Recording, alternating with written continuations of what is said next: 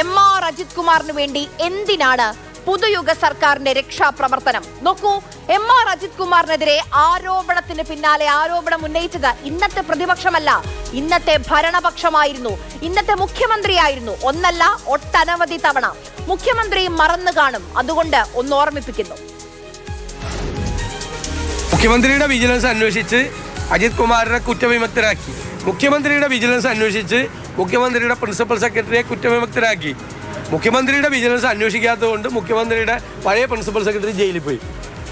അതേ റാങ്കുകാരനായ ഒരാൾക്കെതിരായിട്ട് വ്യാജ മൊഴി കൊടുത്തു എന്ന് DGP റിപ്പോർട്ട് കൊടുത്തിട്ട് മുഖ്യമന്ത്രി അതിൻ്റെ മീതെ കയറി ഇരിക്കുകയാണ് ആ കസേരയിൽ. പുള്ളിയുടെ സീറ്റിൻ്റെ അടിയിൽ വെച്ചേക്കുകയാണ്, കുഷ്യൻ്റെ അടിയിൽ വെച്ചേക്കുക. ഇത് മുഖ്യമന്ത്രി ഇരിക്കുന്ന കസേരയുടെ കുഷ്യൻ്റെ അടിയിലാണ് ആ റിപ്പോർട്ട് 2 മാസമായിട്ട്. അത് പുറത്തിറക്കൂല. തീർന്നിട്ടില്ല. പൂരം കലക്കാനുള്ള പ്ലാനിന്റെ സൂത്രധാരനായിരുന്നു എം.ആർ. അജിത് കുമാർ, പഴയ VD സതീശന്. ആവശ്യമില്ലാത്ത എല്ലാ കാര്യങ്ങൾക്കും ഉപയോഗിച്ചിരുന്ന ഒരു ഉദ്യോഗസ്ഥൻ RSS നേതാക്കന്മാരുമായിട്ട് അവിഹിത ബാന്ധവം ഉണ്ടാക്കാൻ മുഖ്യമന്ത്രി പിണറായി വിജയൻ പറഞ്ഞുവിട്ട ആളാണ്. ഒസബലയെ കാണാൻ അജിത് കുമാർ പൂരം കലക്കി സുരേഷ് ഗോപിയെ ജയിപ്പിക്കാൻ വേണ്ടി കൂട്ടുനിന്ന ആളാണ്. മുഖ്യമന്ത്രിയുടെ ആളായി തൃശ്ശൂരിൽ പോയി പൂരം കലക്കി സുരേഷ് ഗോപിക്ക് അവിടെ കടന്നു വരാനുള്ള അന്തരീക്ഷം ഉണ്ടാക്കി. അവിടെ തെരഞ്ഞെടുപ്പ് വോട്ടർ പട്ടികയിൽ കൃത്രിമം കാണിച്ചതോടൊപ്പം സുരേഷ് ഗോപിയുടെ വിജയം ഉറപ്പുവരുത്താൻ പൂരം കലക്കലിന് നേതൃത്വം കൊടുത്ത അജിത് കുമാർ. അങ്ങനെ മുഖ്യമന്ത്രിയുടെ രാഷ്ട്രീയ ദുരുദ്ദേശങ്ങൾക്ക് മുഴുവൻ കൊടപിടിച്ചു കൊടുത്ത ഒരു ഉദ്യോഗസ്ഥരെ സംരക്ഷിക്കാൻ വേണ്ടി വഴിവിട്ട നടപടിയാണ് ഇപ്പോൾ അവിടെ ചെയ്തത്. കാലം മാറി. ഇത് പുതുയുഗ സതീശനാണ്. അന്നത്തെ പ്രതിപക്ഷ നേതാവായ VD സതീശൻ ഇന്ന് മുഖ്യമന്ത്രിയാണ്. RSS ബാന്ധവം ഇപ്പോൾ വലിയ ഇഷ്യൂ അല്ല. സുരേഷ് ഗോപി ജയിച്ചപ്പോൾ തോറ്റത് K. മുരളീധരൻ എന്നും മറന്നുവെന്ന് തോന്നുന്നു. അത് മാത്രമോ, ഞങ്ങളുടെ കുഞ്ഞുങ്ങളുടെ ചോര മറക്കില്ല എന്ന് പറഞ്ഞ മുഖ്യമന്ത്രിയാണ്. ഞങ്ങളൊന്നും മറക്കില്ല. പണ്ടൊക്കെ ഞങ്ങളുടെ അധികാരം ഭരണത്തിലേക്ക് വരുമ്പോൾ പലതും മറന്നു പോകുമായിരുന്നു.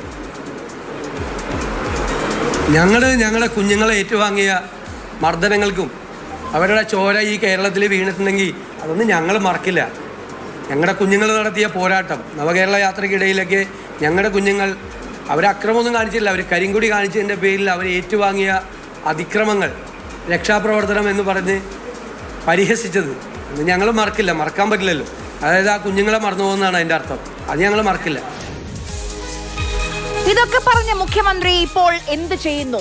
സ്വന്തം MLA-യുടെ തല തല്ലിപ്പൊളിക്കാൻ കൂട്ടുനിന്ന ആ അന്വേഷണ റിപ്പോർട്ടിൽ വെള്ളം ചേർത്ത അട്ടിമറിക്ക് അജിത് കുമാറിന്റെ ഇടപെടലുണ്ടെന്ന് വ്യക്തമായ മൊഴിയുണ്ടായിട്ടും ആ റിപ്പോർട്ടിന്മേൽ കയറിയിരിക്കുകയാണ് നമ്മുടെ മുഖ്യമന്ത്രി. SIT റിപ്പോർട്ടിനെ സംബന്ധിച്ച ഈ കാര്യം ഗവൺമെന്റിന്റെ മുമ്പിൽ എത്തിയിട്ടില്ലല്ലോ. DGPയുടെ മുമ്പിലല്ലേ എത്തിയിട്ടില്ല. DGPയുടെ മുമ്പിലിരിക്കുന്ന ഒരു കാര്യത്തിന് ആഭ്യന്തരമന്ത്രി എങ്ങനെ തീരുമാനം എടുക്കുന്നത്, മുഖ്യമന്ത്രി എങ്ങനെ തീരുമാനം എടുക്കുന്നത്? അവിടുന്ന് റിപ്പോർട്ട് വരണം. ഞങ്ങൾക്കൊരു പ്രൊസീജിയർ ഉണ്ട്. SIT അന്വേഷിക്കുന്ന കാര്യത്തിൽ SITയിലെ ഉദ്യോഗസ്ഥനെ ആഭ്യന്തരമന്ത്രിക്ക് വിളിച്ചു വരുത്തിയിട്ട് ആ റിപ്പോർട്ടും കൊടുത്താൽ എനിക്കിപ്പോൾ തന്നെ നടപടി എടുക്കണം. അങ്ങനെ ഒരാൾക്കെതിരെ നടപടി എടുത്താൽ ആൾ കോടതി പോകും.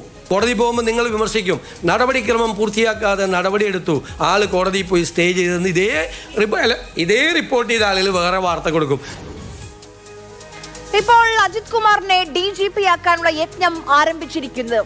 നോക്കൂ, DGPയെ തീരുമാനിക്കാനുള്ള സ്ക്രീനിംഗ് കമ്മിറ്റി 5 ദിവസത്തിനുള്ളിൽ ചേരും. ഈ മാസം 20-ാം തീയതി. അതിനുള്ളിൽ അജിത് കുമാറിനെതിരായ റിപ്പോർട്ട് തയ്യാറാവില്ല, ഉറപ്പാണ്. ചോദ്യം, പുതുയുഗ കേരളത്തിൽ നമ്മുടെ കുഞ്ഞുങ്ങൾക്ക് സ്ഥാനമില്ലേ?